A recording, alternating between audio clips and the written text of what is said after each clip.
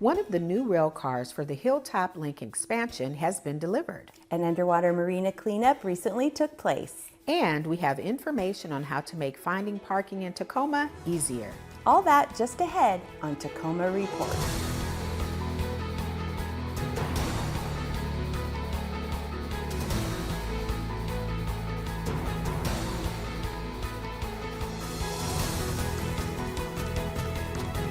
Hi, and welcome to this edition of Tacoma Report. I'm Laura Proctor. And I'm Angie Foster. After more than 2 years of having to switch off for each episode of Tacoma Report due to the pandemic, we are excited to both be back in the studio at the same time. As you can see, we are all still practicing our social distancing with both of us at the far ends of the desk, but it's amazing to be working with each other again, and we are thrilled that you've stayed with Tacoma Report during this crazy time. We're going to start off this episode with the Hilltop Link expansion. It won't be up and running until 2023, but one of the new rail cars that will operate on that line was recently unveiled. Officials and media members got to see the first of 5 vehicles that will bring light rail from downtown Tacoma to the Stadium District and the Hilltop neighborhood. The Hilltop extension is 2.4 miles and includes 6 new stations and 1 relocated one, and will allow for passengers to have access to Wright Park, medical facilities, and businesses located in the Hilltop area. The 5 new cars more than double the existing Tacoma Link fleet. More information on the Hilltop Tacoma Link extension project can be found by going to the Sound Transit website. A big renovation and expansion is taking place at the Tacoma Rescue Mission, meaning that the kitchen, which served over 300,000 meals last year, won't be functional until the end of June. The appliances and cooking units all need to badly be replaced, but officials are working to still be able to provide meals to those who need them. They are coordinating with other local organizations and businesses to utilize their kitchen spaces to help provide the 800 meals per day normally served at the mission. The Tacoma Rescue Mission is also looking for volunteers to help bring food to the shelter as well as make sandwiches. Donations are also needed because some of the food will have to be purchased off-site. For more information on how you can help, contact the Tacoma Rescue Mission. Last month, Earth Day was celebrated throughout the world as a day of honoring and caring for our planet. This year, Earth Day stretched into a weekend, and Tacoma residents stepped up in many ways of caring for our little slice of the world. One event took on a different approach of cleaning up our environment from underwater. The Washington Scuba Alliance, in conjunction with Metro Parks Tacoma, along with 20 dedicated divers, spent the day scavenging debris from the waters of the Metro Parks Marina at Point Defiance. The Washington Scuba Alliance, working closely with Metro Parks at Tacoma, are doing this again because we did it last year, and we knew that we only scratched the surface of this place because it had never been done before. Wherever there's a beach, there's going to be junk because people just can't resist throwing garbage in the water for some reason. We find all sorts of fishing gear. We find scooters, we find bicycles, skateboards, you name it, we find it. The underwater cleanup netted more than 1,100 pounds of junk, ranging from fishing lures, tires, nets and bottles, to picnic tables and even a large steel barrel-like object. Some of the trash had critters inside that were caught up during the cleaning and later returned back into the water. The underwater cleanups, organized by the WSA, are being planned for dates at other Puget Sound locations.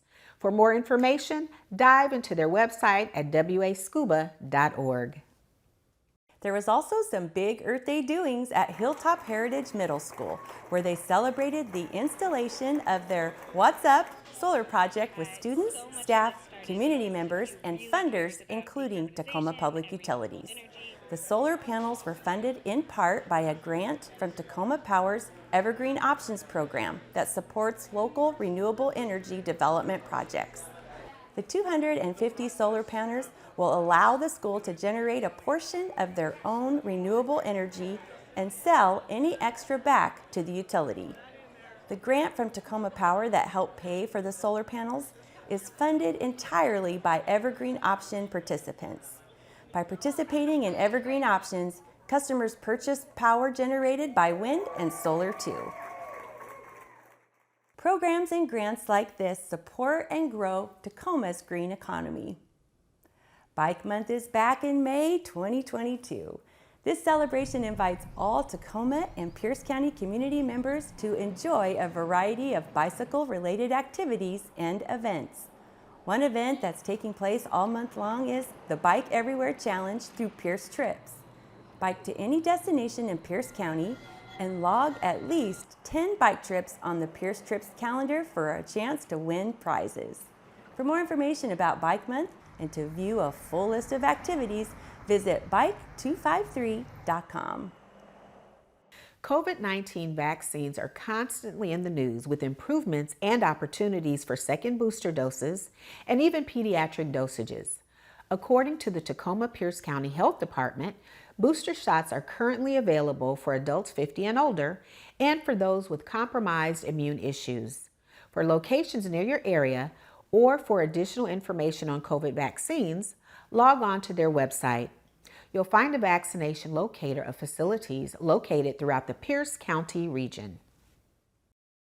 The city's Environmental Services Department and Zero Waste Washington recently partnered together to create events designed to help the community and prevent waste. Stacy Ellifrit has more.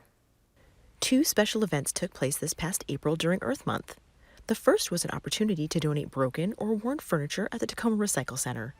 The second event had an expert team of fixers come together to carefully repair those items for donation. So today is the Furniture Fix-It event where we have 24 volunteers who are fixing imperfect, worn and broken furniture to be donated to refugee resettlement organizations across Washington.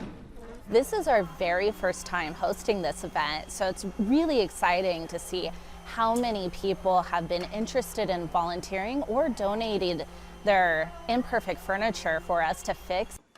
This project is funded through a public participation grant from the Department of Ecology. However, it supports our Waste Free 253 program, which is an education and outreach program that helps us reach our 70% solid waste diversion goal by 2028.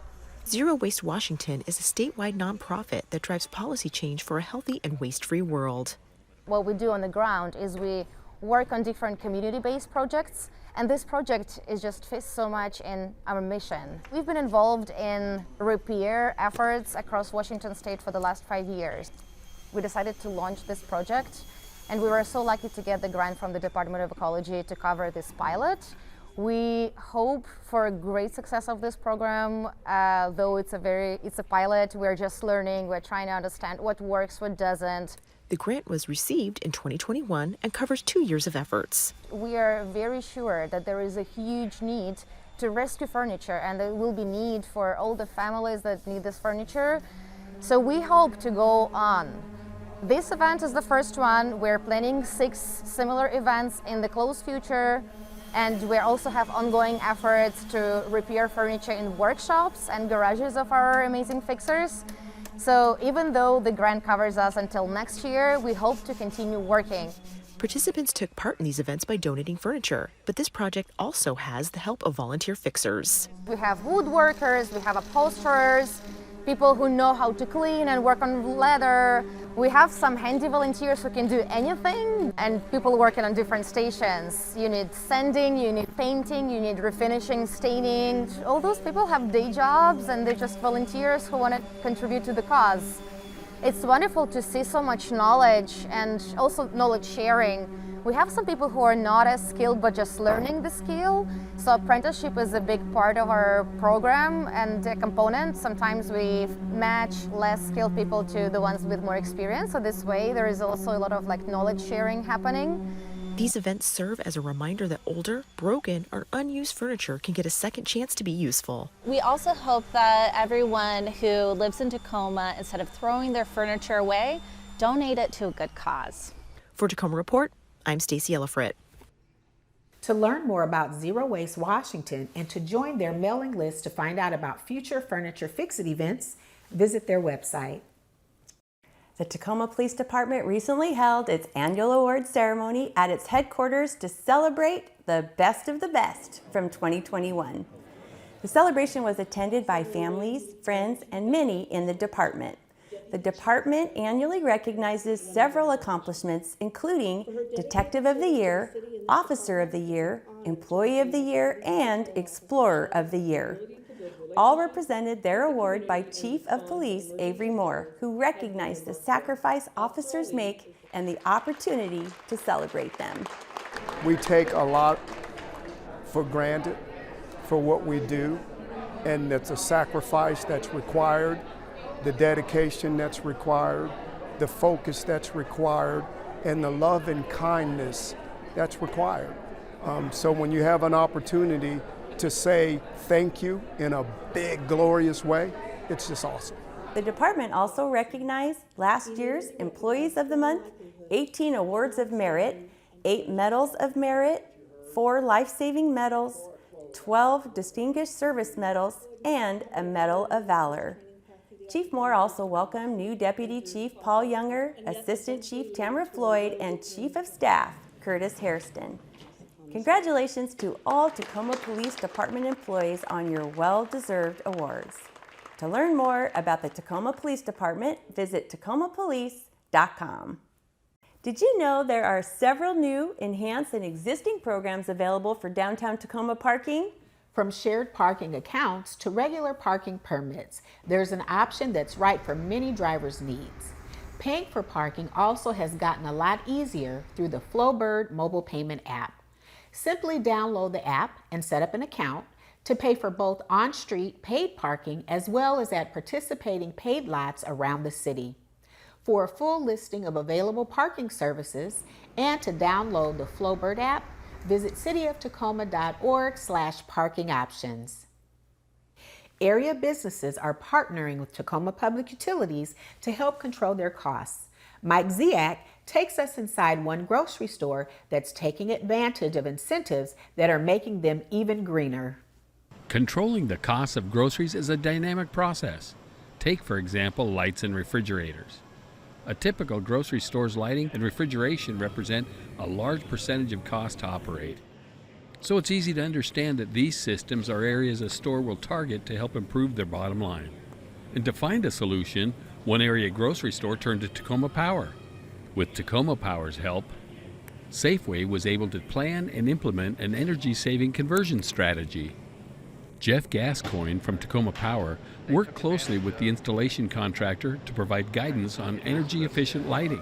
They took advantage of our bright rebate program by replacing and retrofitting their existing lighting.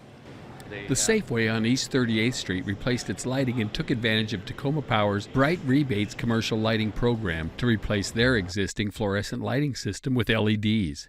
Changing to LEDs in their refrigerated cases reduces heat emissions, allowing the refrigeration units to work more efficiently. By replacing the fluorescents in the coolers, we've reduced the heat output of the fluorescents in using LEDs that don't put off a lot of heat, and then makes the coolers work more efficiently. The 38th Street Safeway isn't the only store taking advantage of Tacoma Power's programs. Several other Safeway locations in Pierce County are following with the help of programs like Tacoma Power's Custom Retrofit program. The Retrofit program provides incentives for upgrades to refrigeration systems, replacing older motors with modern energy-efficient models, and added on-demand controls to prevent fog formation on glass display cases. Continued relationship with Tacoma Power is going to be an integral part as far as maintaining our cost savings. The information that they send out to us and the corporate, is very helpful and pretty much needed, because we can't do it without their help. With Tacoma Power's Custom Retrofit program, the company received $206,000 in energy-efficient incentives. Their total energy savings over a year saves them about $50,000. To show they're all in, Safeway has committed to sustainability and environmental stewardship by utilizing Tacoma Power's Community Electric Vehicle Charging Program. This program helps support the installation of electric vehicle charging stations at businesses, including several stations in traditionally underserved areas of the community. As sustainability, costs, and shoppers' experience continue to intersect, Safeway has met the challenges partnering with Tacoma Power. To learn more about ways to save, visit mytpu.org/bizrebates. Mark your calendar for the 2022 Relay for Life of Tacoma. Saturday, May 21st at Mount Tahoma High School is the day for you to do something special with this original Tacoma event. From 10 a.m. to 6 p.m., individuals and team participants will circle the track around the stadium, raising awareness for the fight against cancer. Founded by Tacoma resident, the late Dr. Gordon Klatt, Relay for Life helps raise funds for support of the American Cancer Society.